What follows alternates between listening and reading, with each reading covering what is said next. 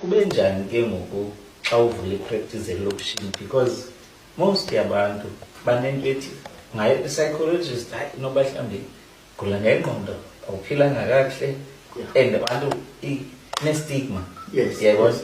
And we need to demystify the stigma because not like nabantu abachola amaphepha ekufuneke beye elalukeni kwi-psychologist. I say to you, Prati, yes, ndibona kunye nabefundisi, yes, politicians, abantu position of power, influential society, who are going through a lot. You know, you don't have to get to a point in ude ubonakale inoba awukho right mhlambi uyotshisa into ethile okanye be-aggressive uyobetha abanye abantu okanye vele ukhulule uhambeze. You don't have to get to that point to go and see the psychologist, to consult a psychologist. A psychologist, it is a person who is trained to understand world views zabanye abantu. And in the process of understanding world views zabanye abantu, psychologists are trained to see the distorted thoughts, indlela ezingekho right abacinga ngazo abantu kwezo world views zabo ezibanga intoba ube khona la issue of mental health. Yes. Ingxaki enkulu ke especially apha kuthi banyama. Yeah, because into xa uthetha nge-mental health, you are speaking about it refers to indlela esivakalelwa ngayo emotionally nendlela esicinga ngayo ezibanga intoba sibe ne-adjustment problems ebomini, yabo.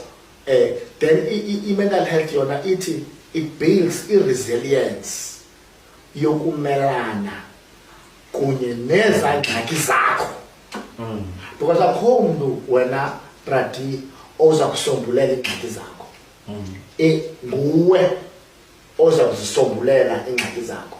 And the psychologist is like ngumuntu okuguidayo, you know, in terms of what is the best way, best options ngokwe-world view yakho on how to deal kunye nezinto ezizisa uxinezelelo ngokwasemphefumlweni wakho.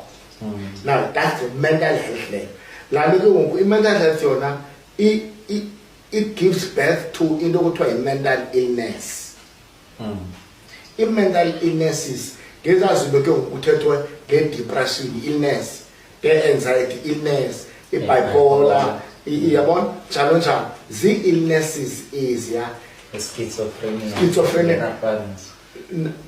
Nalo unxibe ibhatyi afake itayi angazibhaqa enezo zi-mental illnesses esikwaziyo ukuncedisana kunye nabantu bethu to manage eza issues easy.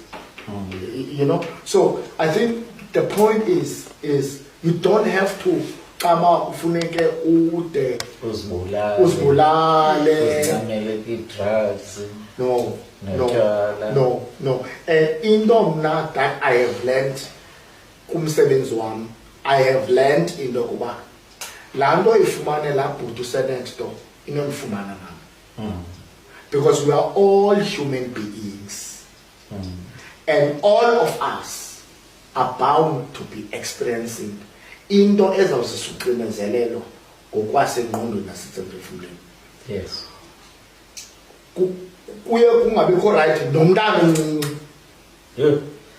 And you cannot devalue laa nto ithethwa ngulaa mntana.